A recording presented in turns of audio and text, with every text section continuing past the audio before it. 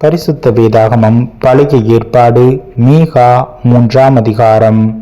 நான் சொன்னது, யாக்கோபின் தலைவர்களே, இஸ்ரவேல் வம்சத்து அதிபதிகளே, நியாயம் என்னதென்று அறிவது உங்களுக்கு அல்லவோ அடுத்தது.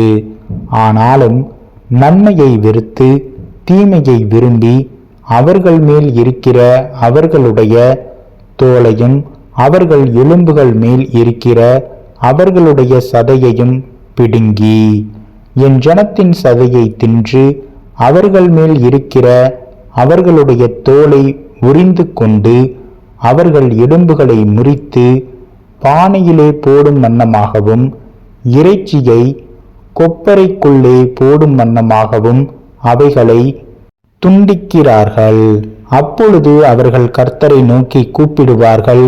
ஆனாலும் அவர்கள் தங்கள் கிரியைகளில் பொல்லாதவர்களானபடியினால் அவர் அவர்களுக்கு மறு உத்தரவு கொடாமல் தமது முகத்தை அக்காலத்திலே அவர்களுக்கு மறைத்து கொள்ளுவார். தங்கள் பற்களினால் கடிக்கிறவர்களாயிருந்து சமாதானம் என்று சொல்லி தங்கள் வாய்க்கு உணவை கொடாதவனுக்கு விரோதமாக சண்டைக்கு ஆயத்தம் பண்ணி என் ஜனத்தை மோசம் போக்குகிற தீர்க்கதரிசிகளுக்கு விரோதமாய் கர்த்தர் சொல்லுகிறது என்னவென்றால், தரிசனம் காணக்கூடாத ராத்திரியும் குறி சொல்லக்கூடாத அந்தகாரமும் உங்களுக்கு வரும். தீர்க்கதரிசிகளின் மேல் சூரியன் அஸ்தமித்து அவர்கள் மேல் பகல் காரிருளாய் போகும். தரிசனம் பார்க்கிறவர்கள் வெட்கி, குறி சொல்லுகிறவர்கள் நாணி, உத்தரவு கொடுக்கிற தேவன் இல்லாததினால் அவர்கள் எல்லாரும் தங்கள் வாயை மூடுவார்கள். நானோ யாக்கோபுக்கு அவன் மீறுதலையும் இஸ்ரவேலுக்கு அவன் பாவத்தையும் அறிவிக்கும்படி கர்த்தருடைய ஆவி அருளிய பலத்தினாலும் நியாயத்தினாலும் பராக்கிரமத்தினாலும் நிரப்பப்பட்டிருக்கிறேன்.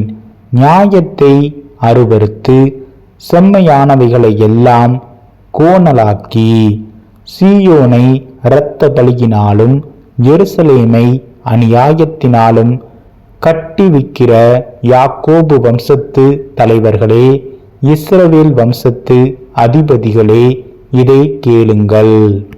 அதன் தலைவர்கள் பரிதானத்துக்கு நியாயம் தீர்க்கிறார்கள்.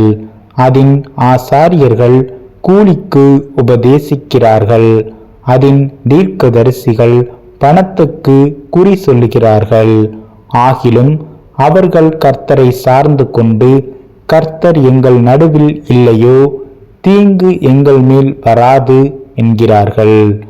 ஆகையால் உங்கள் நிமித்தம் சீயோன் வயல்வெளியைப் போல உளப்பட்டு எருசலேம் மண்மேடுகளாய்ப்போம்.